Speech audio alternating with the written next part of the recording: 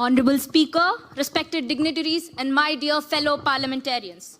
Today, I stand before you, not just as a Minister of Corporate Affairs, but as a voice of millions of Indians who believe in a strong democracy. A democracy which is transparent, stable, and also truly development-oriented. The question before us is very clear.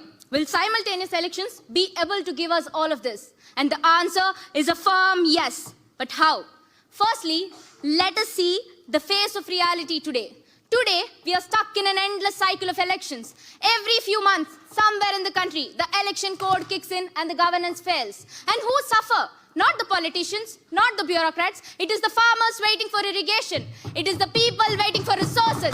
It is Bharat Mata herself waiting for our children to move forward. Frequent elections come at a cost in crores. The 2019 Lok Sabha elections alone costed 60,000 crore rupees. And these elections shift the focus to short-term populist issues. Can a developing nation afford such a burden? If we want to see a $30 trillion economy by 2047, we need a system where the governments are elected together, work together, and deliver together. And that system, ladies and gentlemen, is one nation, one election. Imagine the possibilities. The government's focusing on progress, people giving full participation, and the economy growing unstoppably.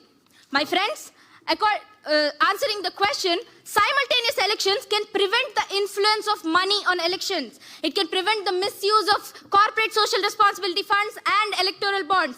Today, large companies spend a lot of money on giving donations to different parties multiple times a year.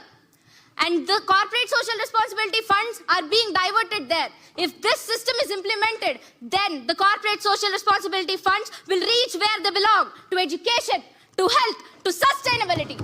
My friends, instead of putting them into political war chest, it will go to the development. That brings stability, that brings sustainability. My friends, with one nation, one elections, markets become more predictable. It encourages investments. If people invest, the economy will grow. And when the economy grows, then we will reach the $5 trillion economy goal of ours.